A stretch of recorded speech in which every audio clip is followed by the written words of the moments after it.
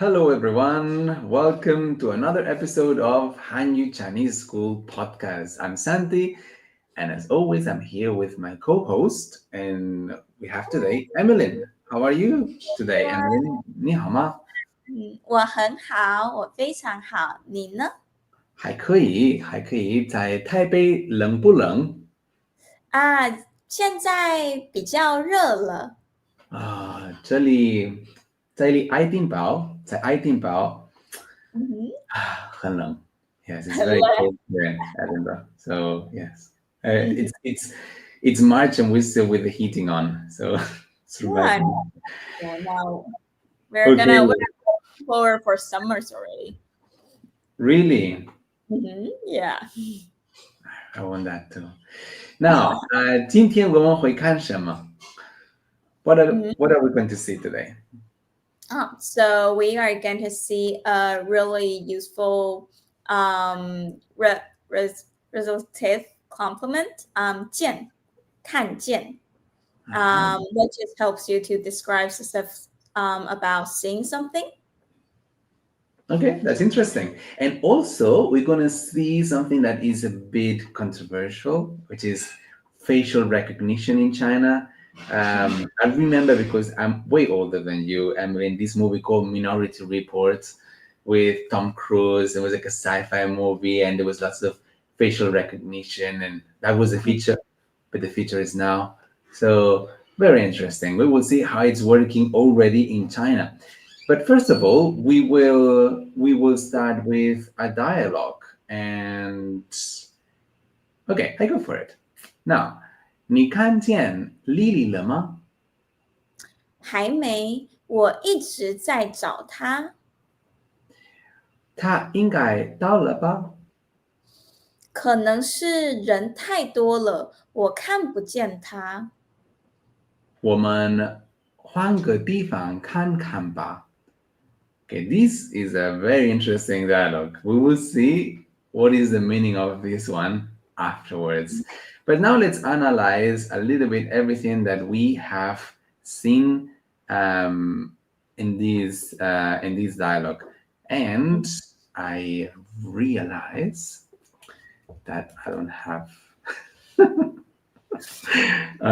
one sec. So now we know in Chinese that if we say kan, what does it mean, kan? So normally to 看 is the word for to see, to watch.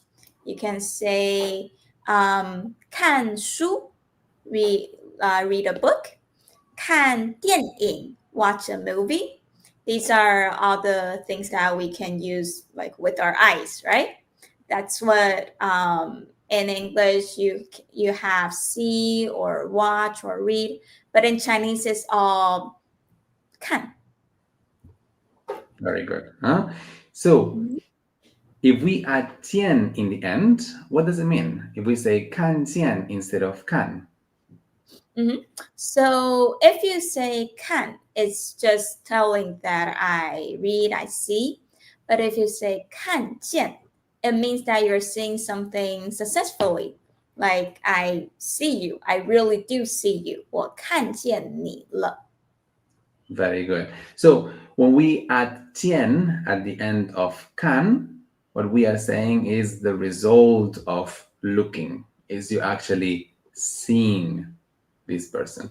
So we add this jiàn at the end and changes the meaning. It's like the result of saying. So 我看见老师了 is not you didn't just look, but you also saw him. So 我看见老师了. That's very interesting.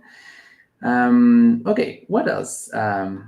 What else did we see? For example, if I say 你看见我手机了吗?你看见我手机了? What's the meaning of that? 你看见我手机了? So it means that did you see my phone? So it's like, did you really see it? Oh, very good. So it's not only looking, but seeing it. 看见, that's the difference of it. Very good. We see this structure. For example, the structure would be subject, the verb, the complement, the resultative, and then the object. So verb and complement. This reminds me a little bit of phrasal verbs. In English, they add a preposition after a verb, and it changes the meaning of that original verb. Like look is to see, but if you add after, it becomes taking care of someone, looking after. So in Chinese, the same. You put a verb, then you put another verb, which is the complement, the resultative complement, and it sort of changes a little bit the meaning of the original verb. It works similarly to phrasal verbs. So, 你看见丽丽了吗? What does it mean? 你看见丽丽了吗? So this is the sentence that we said in the dialogue. 你看见丽丽了吗? Have you seen Lily? Very good. Have you seen? Perfect. Now, we have more examples. Remember that can mean look at, but it can also mean read. So when we say 我看书 in this context is not only seeing something, but also reading. 我看书, I read a book, or I am reading a book. But if we add 见, what does it happen, Emily? So it means that if I say 我看见书桌上的书了, which means that I really see the book that is on the desk. Very good. Very interesting. So 我看见书桌上的书. Very interesting sentence. Very good. Let's keep going. Now let's see the negative. The negatives for these kind of resultative verbs are very interesting. So how does it work when we want to say these sentences in negative? So we put 没 before the verb 我没看见. For example, we have here 我没看见她. I didn't see her. Very good. This is interesting because we've always said that may is for negative sentences, but in this case, with resultative, it doesn't really matter if it's past sentences or so we always said that may was for past sentences, but in this case, with resultatives, it doesn't really matter if it's present or past, even though resultatives are normally in the past because they're finished sentences. So 我没看见她 is that I just didn't see her. I didn't see her. It's in the past, but we could also say that I don't see her, which is a bit more weird, but it could be depending context. Like I'm not seeing her right now. Yeah, I'm not seeing her. But now we also have the option of pu, and this doesn't mean that this sentence is in present and the other one was in past. No, it just changes the meaning of the sentence. So when we use pu, how do we use it and what does it mean, Emmeline? So 不 works a little bit different from 没. 没 we put it before 看见, right? But 不 we put it in the middle of 看见. 我看不见. It means that you're not able to see something. Very good. The way that I remember this is when pu is in the middle, it's like an obstacle. So it's verb pu and then in the resultative. So it's like an obstacle. There's something there that doesn't allow you to do something. Maybe it's because you're not capable of, maybe because something in between you and the object, something happens. So you are not able. So this sentence, 我看不见, for example, 黑板, the blackboard, is that you're not able, you can't see it because something is happening. So you cannot see the blackboard. 我看不见黑板. But it's because something is happening. Very good. So we know may and we know pu and the structures. May at the beginning, pu in the middle. Very good. Now, we also have this one. We can also add a the at the middle. What is it? How does it work, this structure? Emily? So if you put it in the middle, means that you are able to see. 我看得见你. I can see you. Very good. So this is the opposite of putting a pu. So pu is that you're not able. You want to see that you are actually able, you add the, or you replace pu with the, but you add the in the middle to say that you not only can, but you also jiàn. Can Like, and jiàn. You're able to do it.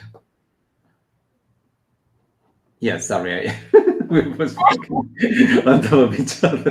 Very good, perfect. So we highlight this by placing the in the middle. Now let's review our dialogue at the beginning and let's see what does it mean. So at the beginning, I said, 你看见 Lily 了吗？你看见 Lily 了吗 is have you seen Lily? And we add le at the end because it's a completed action. So 你看见 Lily 了吗? Have you seen her? And I said 还没 not yet. 我一直在找她 I'm looking for her. Very good. 我一直在找她. Here you use 一直, which is like each, yeah, constantly, continuously. 在找 to look for. Very interesting vocabulary. 她应该到了吧? 她应该到了吧? She should be here by now, right? So 她应该 she should be 到了, arrive. So she should have arrived, right? 她应该到了吧? What else? I said 可能是人太多了 Perhaps there are too many people. 我看不见她 I cannot see her due to the people, the crowded people, right? Very good. Oh, boy, anything. 看不见她。那我们换个地方看看吧。我们换个地方 we change the place 看看吧 and see or try. Something else. So let's change the place and see. Very interesting. A bit difficult, this dialogue, but I'm sure that our listeners are very smart and they got this thing. Now, we have a question for you. Let's see if you're able to say this in Chinese. So, we want our listeners to say in Chinese, I see my dad, but I did not see my younger sister. So, I see my dad, but I did not see my younger sister. If you know how to say this in Chinese, please write it in characters or pinyin, however you like it, in the comments, and we will reply. So if you know how to say this, please write it down in the comments. I see my dad, but I did not see my younger sister. Okay, very good. And now, if someone is listening to us and is enjoying our podcast, what should they do, Evelyn? So please like and subscribe our channel, and so you can follow up our every week podcast. Very good. And if you subscribe, next time there is a new podcast, you will get a notification. Only if you press the bell here. Very good. Now let's talk about something that I find very interesting. Facial recognition in China. What is happening in China and in Taiwan recently? No, that's not a thing in Taiwan. That's Not only really. Okay. No, I'm so sorry. We're not that advanced. Not neither in Europe. It's not happening that much in Europe. Yes, it's not that advanced technology. We don't have such advanced technology in Europe as well. So what is going on in China? Only mainland China. So basically, from what I know, like from the past, all the people who don't need to bring out their wallet. They only need a phone to pay, to buy things, to rent, to buy, to do whatever. And so nowadays it becomes like more technology. They don't even need a phone. They just need their face. Very good. So just with facial recognition, they can pay for things and do lots of things. And this is because of these apps that they have, like they getting very, very advanced. I think WeChat is it's more advanced than other social media apps. It includes other things. I think Line or WhatsApp, they don't have these different features. Yes. Not that much. No, not that much. They're a bit behind. So when people say, "Oh, WhatsApp is such a good app," well, it is, but limited compared to what these apps in China can do. So this is not only for paying for things, which we can do with the palm of your hand or with your face, but Mhm. I've seen these news that in public restrooms they use also facial recognition in public restrooms. How does this work? Yeah, this was on the news for a while. So the main idea was to prevent from wasting toilet papers. So if you scan your face to the machine, you can get like free toilet papers, but not too many, you know. I think it's the wrong place to put facial recognition or any kind of camera, a public restroom. Yeah, well, yeah, but like it's outside the outside Yeah, the restaurant. yeah, it's still like it's not the place. Anyway, yes, I think that the question with facial recognition, and back in the day, was like that too. It was matter of privacy. People don't want to have like in public places to have their face scanned all the time. I guess it's good for home security, homeland security, but yes, there is always that fine line between what is security and what is privacy. I don't know. So there is that discussion going on. But yeah, if you go to China, be aware that you can pay with your face. Yes. It's very interesting. Very good. Now let's go back to the question that we asked before. So we had this question for the audience. How do you say in Chinese? I see my dad, but I did not see my younger sister. Do you know how to say this? Now, Emmeline, how do we say this in Chinese? So the answer is 我看见我爸爸了，可是我没看见我妹妹。Very good. So in this case, 我没看见我妹妹 because we're not saying that you're not able to see her, but you just didn't see her. Yeah, you're not seeing her right now. Yes, it's general. So I didn't see her, may. If you want to say I was not able to see her, 不 in the middle. Okay? But in this case, with may, it's a good way to say it. Now, very good. If you got it right, perfect. But then we have another question that we want to say. So if you know how to use 看见 or 看不见 or 没看见 or 看得见, what we have seen today, please write a sentence in the comments and we will like to see it and we will correct it if it's wrong or heart it if it's right. Now, what have we seen today in the podcast, Emmeline? Um, so we have seen how to use to see successfully 看见. Then we see a lot of facial technology that is happening in China. Apparently not in Taiwan though. Or in the UK, it's not really happening that much, no. But I think it's because of privacy. People care more about privacy than, or they can complain more about it. Yes, I suppose. It's a new thing that is benefit like it's good for people that always forgets their wallets or their phone. I think it's convenient. Yes, it's true. Yes, you don't need to go with anything. You just go with your face or with your hand. That is good enough. It's true. It's true. Okay, very good. Now, we have seen these, and we will not miss next episode. It will be also very, very interesting. So if you don't want to miss it, remember to like and subscribe.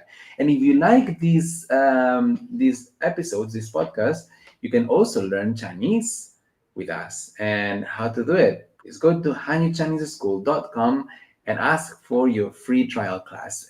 You will see how our campus works. We have lots of different things, different tools that adapt to your personal needs. There's some students with more time that they want to have their classes one-to-one, but also group classes to review and other, live or recorded group classes. But if you don't have that much time, we can also adapt to your circumstances. It's always the best type of course for you. Now, it has been a pleasure. Emmeline, I think I will see you in a couple of weeks' time, maybe, Yes, and we'll thank you record so another episode. Very good.